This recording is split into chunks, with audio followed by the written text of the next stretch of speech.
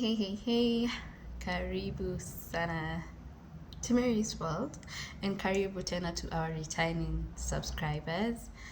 I'm happy, as you can tell, I'm happy. I'm alright. This is just another intro to yet another video. So in this particular video, I talk about the first time that I went to Shanghai, right? So Shanghai is one of those cities that are well known in China, and I went to Shanghai for a church conference. So there's this church that is called ICF. Most foreigners that are not Catholic go to this particular church. So ICF stands for International Christian Fellowship. Okay. So they organize conferences. So this particular one was winter. It was a winter conference, and we went, I believe, in February, possibly February or January of 2019. So maybe before, yeah, maybe in January. Can't recall very well, but once I get to the photos, I'll definitely highlight and state the right month. Okay, so I was definitely very excited to be going to Shanghai. It was going to be my very first time going to this city, and I couldn't wait to just go on a trip. So the church booked us a train, so we went by a speed train, and then we got to the hotel and drama started. Okay, so the first place that we were supposed to have this conference, we were not able to have it there. It was cancelled last minute, in fact, like the day that we were arriving for the conference. The people that had given us a space decided to take it back, and so the organizers of the conference had to look for another place, another venue for even us guys to stay in, because we had booked a hotel. So the fee that we paid was going to cater for the train and then the hotel and then now our return ticket. So we went back to Wuhan via bus. Yeah. It was a long trip, but let me tell you, I love road trips. Oh God, I really love being on the road. I don't mind it. I love traveling. So I didn't mind the bus. And to be honest, Chinese buses are not that uncomfortable. They are comfortable. They have AC. They're okay. I don't mind them, even if it's long distance. And so are the trains. I love the speed trains. They are not like our SGR, honestly. They are superb. They are so speedy. I loved being on trains. I loved moving around. Okay, so I had to pay for this trip, okay? Now, we get to Shanghai. So I thought we were going to like the city. It turns out we were, I think, just in another district in Shanghai. So it wasn't the glamorous city life, right? So we come to this small district in Shanghai, and we get to our hotels, we get to our rooms. That's when we are told there's been drama. So even the venue of the conference had to be moved to a different place. Okay, so we were going by bus to this different location. So we got to this place, new venue, right? And when we got there, first of all, the space was not actually, it was gonna be enough, but there's something about the Chinese. The Chinese are very skeptical. They are very insecure, and for them, they see it as a point of security measure. They don't like it when people walk in crowds. Okay, so here are very many people from different nationalities working together, coming together in a closed conference hall, and for them that just rang danger. This is a security threat. To them, that is how they interpret crowds, and especially crowds of foreigners. So what they said is that we can't all be in the same room. So they said some of us had to go to the upper room, and then they said we cannot use projectors. Like, let me tell you, it was just drama after drama after drama after drama. So I remember I was among the people that had to go to the upper room, and we cannot hear or watch what is going on downstairs in the main hall. So we are literally missing out on what is going on in the conference. So people have their morning session, then we do lunch. And then after lunch is when they try and set up now the upstairs. And we were having now our own small chat going on because, we can't be a part of this conference. Now, after the conference, so for us we had our own thing. We now went back to our hotel, and the next day came, and guess what? So we get to the venue, and these guys are like, "Nah, you're not going to have this conference. You're not going to have this conference. That's just it. Kazi imeisha." And that is how our conference ended. So the organizers really tried to negotiate with them. They really tried to negotiate with them, but wakakata, and that is how our conference was cut short. Okay? So we were told to go back to our hotels and stay in our hotels. There were cops all around, and we're told we cannot be seen outside, especially not walking in groups of more than 2 or 3. We were told, go back to your hotels and stay there. Yeah, that was how my trip to Shanghai was. So we just went back to the hotel, and now we were waiting for communication. So now what's next? So we were told, people actually, because the buses that we were using were not even enough. And then this place was such a small town, or just, I don't know, because it also didn't have like a lot of cars and buses and all that. It was a very strange place. So we were able to figure our way back into our hotels. We went back to a hotel, and that was it. That was just it. Tukakaa huko. And then I think we were supposed to leave the next day or something. So what they did is that the organizers now told us to stay in groups of, was it like 4 or 6 people in our rooms? So they told us to like gather around. Then they gave us flash discs, and then we were told to just watch a certain Christian movie, and then just discuss among us to ourselves, and that was it. And I recall people used to wake up like really early for morning glory, and people also used to meet at night for prayers. I'm not very sure, in the hotel. And now it was restricted or told nothing like praying, nothing like meeting in rooms. People cannot be found, because we used to like have 2 occupants per room. That's how we were shared out. So they're like, they don't want to see more than 2 people in a room. Yani, it was just dramatic. And then the fear that came upon us, because now you're like, hey, even meeting for church, now it's a problem to meet for church. So people that might not know this, China is a non-religious kind of a country. They prescribe mostly to Confucius. Confucius. And they have these values that guide them in life. So if you have never heard about Confucius, please go Google and enlighten yourself. That is why we have like Confucius Institutes. There's one in KU. I attended that one to cover more Chinese language, that is. And so they are guided by the values that Confucius taught. So Confucius is the first person that taught people in a class setting, and he's the first person who was like, yeah, there is a leader and then there are followers, but then you're not like slaves or anything. You just, you sit down and be taught. That is the first person that came up with such a thing in China, and a lot of other good values, by the way. And let me tell you, Chinese are very well-behaved people. Most of them are very well-behaved. They're very disciplined. They're good people. And we kept saying, if these people would just be more like Christ. So I got a bit distracted and was not able to finish. But what I was just saying is that if they were more Christ-like, I don't even know, the world would be so different, because they're so kind.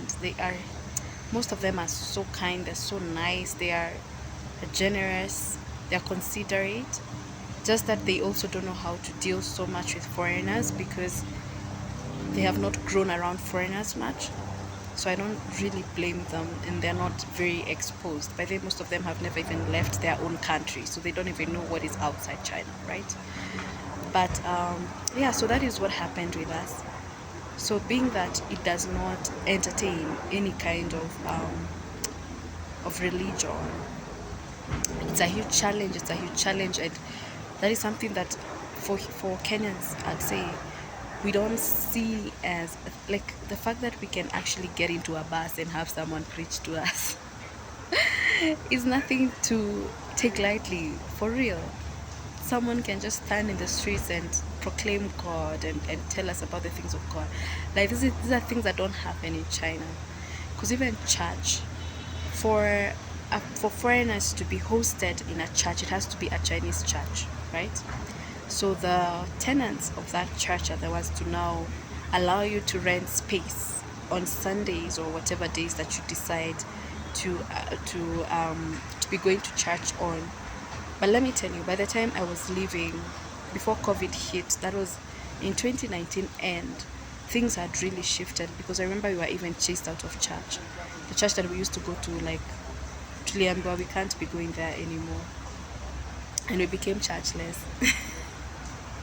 I remember we were hopping from a hotel to another, because again the insecurity that they feel when foreigners meet, I don't know where they got that feeling from or why they have it, but yeah, it really is messed up because now we were not able to meet, so tumefukuzwa church, and then they started having these regulations. Before we were 100% chased out, they started saying that they don't allow for people, they cannot be allowing for kids under the age of 18. Okay, so anyone who's not an adult, they will not allow for them to be guided or to be shown the ways of God. So they said the kids will decide for themselves when they're older. So nothing like Sunday school. I remember even the church that you're going to, the authorities actually literally came to church and watoto wenye walikuwa Sunday school wakaambiwa no more going to Sunday school. So it was a lot. Even before COVID hit, like things had really shifted. I think the only people who are still lucky to be going to their church were the Catholics. But sisi wengine, because there are also people who are SDA and all that, sisi for sure our church was affected. And we were meeting in hotels, ikafika mahali, sasa we transitioned into virtual, then now COVID hit, we became 100% virtual. Today I still try and follow from the church, and what I see is that they do meet physically time to time in hotels. I think sometimes they meet in one of the elders' homes or something, and then sometimes they have them virtually. They have their services virtually. So things really shifted, things really changed, and honestly, it just made me realize how lucky we are to be able to go to church. Let me tell you, when I came back in 2020, one of the things that I was looking forward to is just going to church.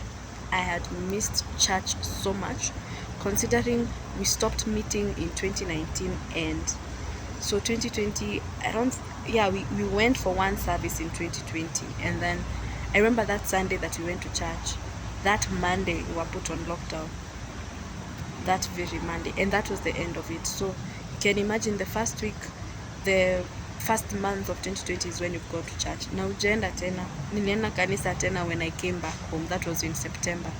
I'd missed being in church, and let me tell you, it changed. Yani just being there changed a lot in how I even speak about God. And I'm sitakangi kumiss kanisa because of such, because I'm like, it's such a huge privilege to just be going to church freely without anyone questioning you. You know, these are things we take for granted.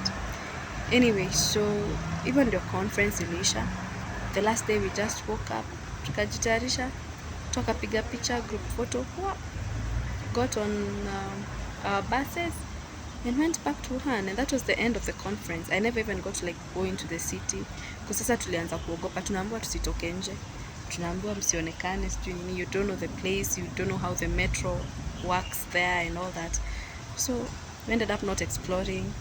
Yeah, so that was the experience. It wasn't what I wanted, but it opened my eyes. The whole experience just really opened my eyes, and it made me be very grateful for where I come from when it comes to my country. So anyway, that's the end. Do enjoy the clips. I don't have videos. I don't think I have it. I don't have videos from the place. Yeah. So enjoy the clips. And yeah, appreciate where you are. If you have the freedom of worship, never take it for granted. Not everyone has the privilege of going to a church or sitting and meeting and fellowshipping. Not everyone has that privilege. Wengine wetu ilikuwa kujificha tu. But here we are in a free country. Yes, we talk about democracy. It's nice when it comes to such things because you're able to express yourself and all that. And never forget how privileged you are if you have the opportunity to be able to meet and go to church. Msikose kwenda kanisa. So anyway, that's just about it. Do enjoy, do subscribe if you haven't, do share, do like, be of support, and yeah, I'll see you next time. Bye. Can you take us Shanghai, Shanghai, Shanghai. Going now. And guess what? It's raining. It is raining. You can't believe the weather was so nice yesterday, and then not today. It is bad. But anyway, we are still going. Shanghai, Shanghai, Shanghai, Shanghai. Here we go. And I'll be in the real life.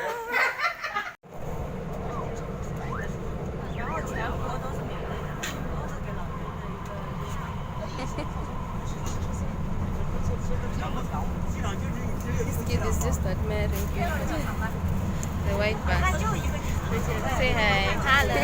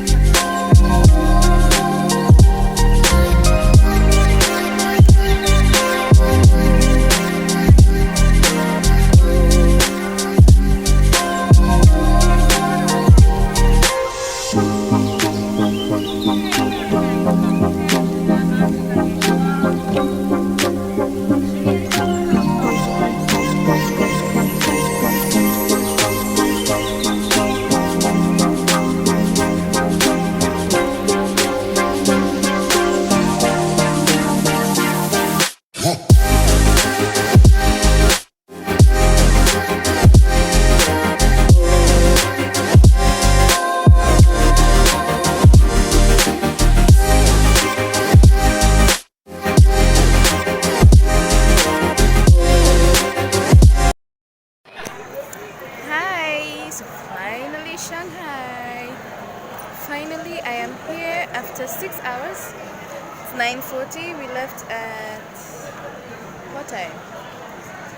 At 4. Yeah, so finally, Shanghai be kind. I can't wait, I can't wait, I can't wait.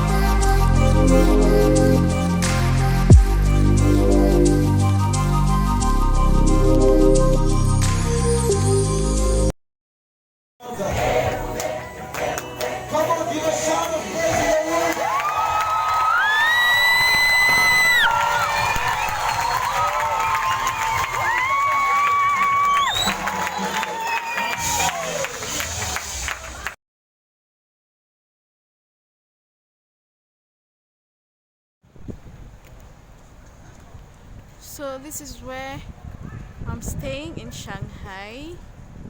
It doesn't look all luxurious and all. It looks really small from outside, but there's so many rooms inside. Those are like how many floors? 1, 2, 3, 4, 5. Okay, I'm in the 5th floor. So I'll show you inside in a while. You can see there's so many rooms, almost 100 rooms on every floor. So let's get inside, show you.